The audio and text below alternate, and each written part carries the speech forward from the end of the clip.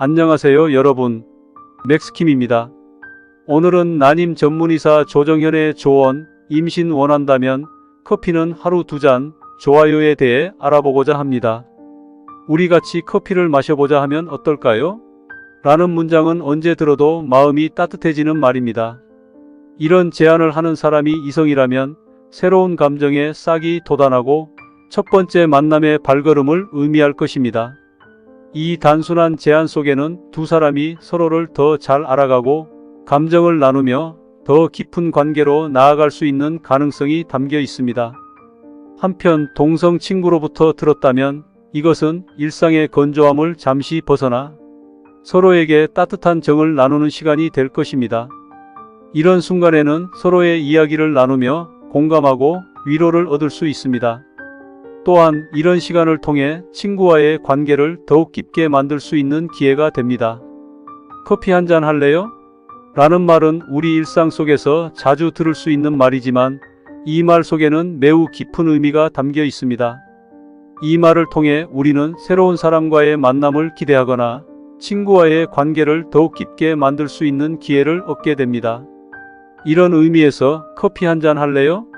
라는 말은 우리 일상 속에서 작은 행복과 기대를 안겨주는 말이라고 할 수 있습니다. 커피는 현대 사회에서 빠질 수 없는 존재로 자리매김하게 되었습니다. 통계에 따르면 우리나라에서의 커피 소비량은 성인 1인당 연간 367잔으로 이는 세계에서 프랑스에 이어 두 번째로 많은 소비 국가입니다. 이러한 통계는 우리 국민이 커피를 얼마나 사랑하는지를 강력하게 증명하는 지표로 볼 수 있습니다. 저 또한 커피 없이는 하루를 시작하기 어려운 사람 중 한 명입니다. 매일 텀블러 2개를 채워 마시는 카페라테는 나의 일상의 일부이자 에너지 충전의 원천입니다. 커피를 마시지 않은 날은 상상조차 하기 어려울 정도로 그 정감과 편안함이 일상에 큰 역할을 합니다. 커피는 더 이상 단순히 음료수가 아니라 삶의 한 부분으로 자리 잡고 있습니다. 병원 건물 1층에 위치한 커피숍의 커피향은 아침 출근길의 작은 행복으로 다가옵니다. 승강기를 타며 퍼지는 그 향기에 휩싸이면 나는 자연스럽게 오늘도 진료실에서 커피 한 잔을 즐겨야겠다는 생각에 빠집니다. 그러나 이는 나만의 이야기가 아닙니다. 이것은 우리 모두의 이야기입니다. 커피는 우리 일상의 일부가 되어버린 것이죠. 그래서 커피 한잔 할래요? 라는 문장이 그토록 친근하게 느껴지는 이유는 바로 이 때문입니다. 이 제안은 단순히 커피를 함께 마시자는 것 이상의 의미를 담고 있습니다. 그것은 서로의 시간을 공유하고 대화를 나누며 감정을 공감하고 새로운 관계를 만들어 나가자는 제안이기도 합니다. 이런 의미에서 커피 한 잔의 가치는 무한하다고 할 수 있습니다. 커피는 우리의 일상의 따뜻한 순간과 소소한 행복을 선사하는 동시에 사람들 간의 소통과 연결을 이끌어내는 매개체가 되고 있습니다. 의학 분야의 글쓰기는 꽤나 복잡한 임무로 여겨집니다. 어떤 의료 시술이나 검사, 약물이 어떤 의학적 효과를 가져오는지, 그리고 그것들이 어떤 작용 원리를 가지고 있으며 어떤 부작용을 일으킬 수 있는지를 독자들이 쉽게 이해할 수 있도록 설명하는 것이 목표입니다. 최근의 연구 논문을 찾아보며 트렌드를 파악하는 것도 중요한 부분이죠. 그러나 이런 과정에서 자주 하지 말아라는 메시지가 주를 이루게 되는 것을 발견했다면 이는 결국 전형적인 꼰대식의 표현 방식으로 비칠 수 있다는 생각이 들 수 있습니다. 의학적인 내용을 전달할 때 독자들이 이해하기 쉽고 흥미를 가질 수 있도록 적절한 방식으로 전달하는 것이 중요하며 긍정적이고 협력적인 언어를 사용하여 독자들과 소통하는 것이 좋습니다. 학문적인 정보를 공유하는 동시에 독자들을 격려하고 지원하는 글쓰기 방식을 채택하는 것이 효과적일 수 있습니다. 커피에 대한 접근을 다양한 시각에서 바라보는 것은 매우 의미 있는 시도입니다. 나 자신도 하루에 텀블러 2개 분량의 커피를 즐기는데 이를 환자들에게 먹지 말라고 권하는 것이 과연 옳은 선택일까에 대한 의문을 제기하는 것은 의미 있는 주장입니다. 이는 마치 과거에 초등학교 앞 달고나 가게에서 달고나 2개를 먹던 부유한 학생이 친구들에게 달고나를 먹으면 이가 썩는다고 말하는 것과 유사하게 느껴집니다. 커피에 대한 이야기를 다룰 때 의학적인 측면뿐만 아니라 사회적, 문화적인 시각에서도 고려하는 것은 매우 중요합니다.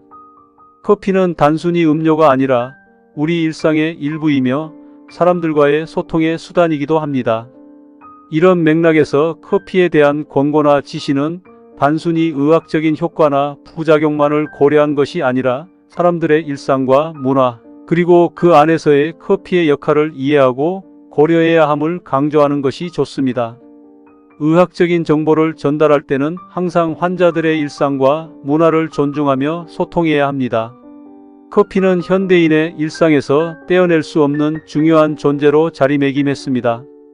특히 우리나라에서의 커피 소비량은 성인 1인당 연간 367잔에 달하는데 이는 전 세계에서 프랑스 다음으로 두 번째로 많다는 통계를 바탕으로 보면 우리 사람들이 얼마나 커피를 사랑하는지를 확연히 보여주는 지표라고 할 수 있습니다.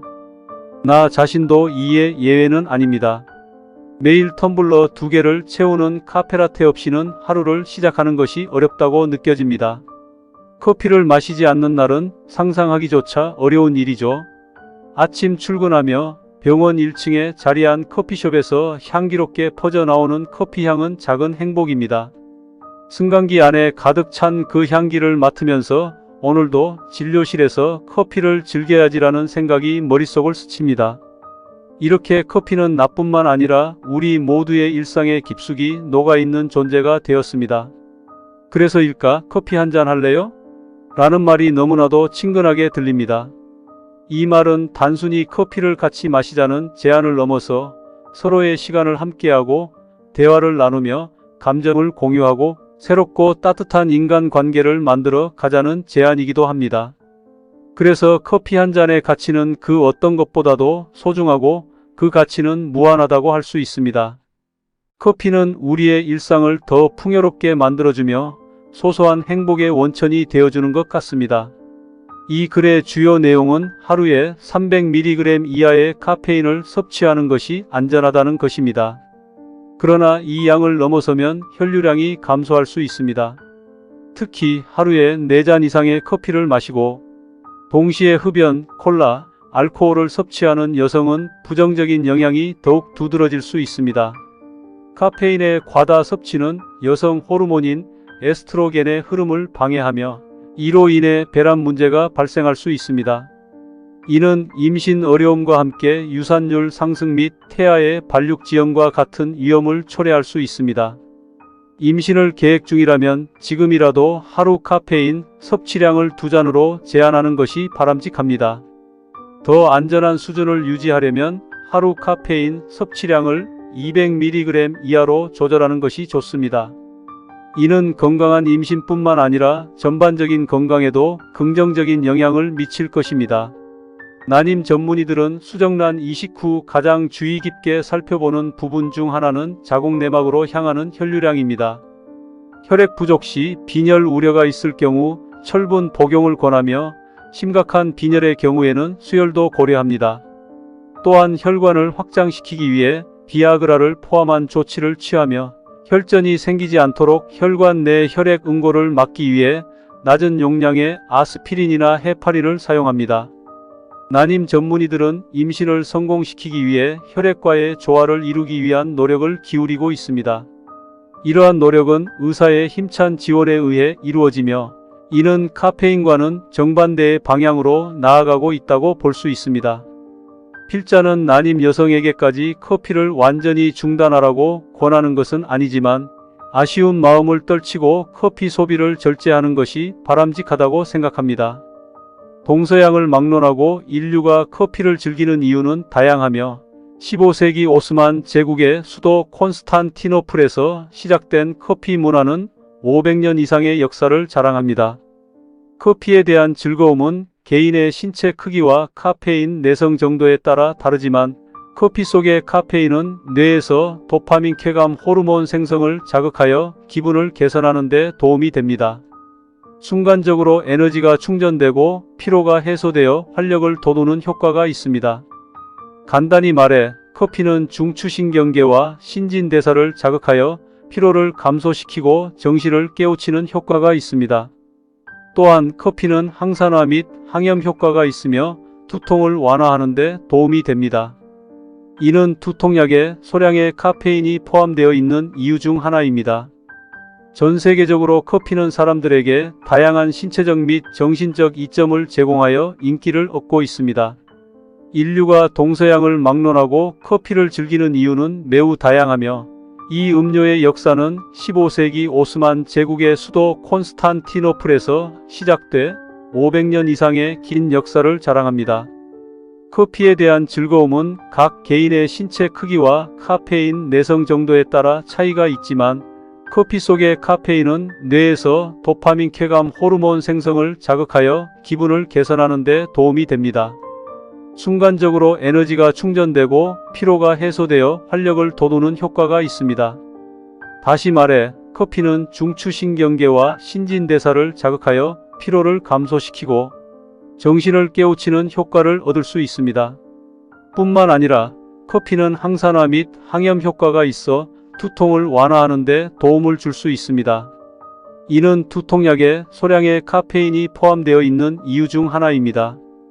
이와 같은 이점들로 인해 전 세계적으로 커피는 사람들 사이에서 널리 인기를 얻고 있습니다.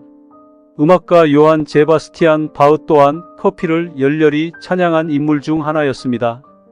바흐는 커피는 1000번의 키스보다 멋지고 술보다 달콤하다라는 말로 커피에 대한 자신의 애정을 드러냈습니다. 1980년부터 1990년대에는 커피숍에서 커피는 악마같이 검지만 천사처럼 순수하고 지옥처럼 뜨겁지만 키스처럼 달콤하다라는 글귀가 많이 보였습니다. 이는 커피에 대한 사랑과 열정을 상징하는 문구로 그만큼 커피는 뜨겁고 달콤한 유혹의 음료로 여겨졌다는 것을 보여줍니다. 루스벨트의 말처럼 마지막 한 방울조차 맛있다고 여겨지며 커피는 누구도 포기하기 어려운 매력적인 음료로 자리 잡았습니다. 하버드 의대 예방의학교실의 제2. 이 샤바로 교수는 콜롬비아 태생으로 유명한 원산지 커피를 선호하며 자랐다. 그는 커피가 생식에 부정적인 영향을 미치지 않을 것이라는 주장을 펼친 논문을 발표하며 현재까지 하루에 6잔의 커피를 마신다고 밝혔습니다. 그의 커피 예찬론에는 많은 이들이 공감하는 듯합니다. 그러나 성인의 1일 평균 당류 권장 섭취량이 50g로 정해져 있는데 달달한 커피를 하루에 서너 잔 이상 마시게 되면 이 권장량을 크게 초과하게 됩니다.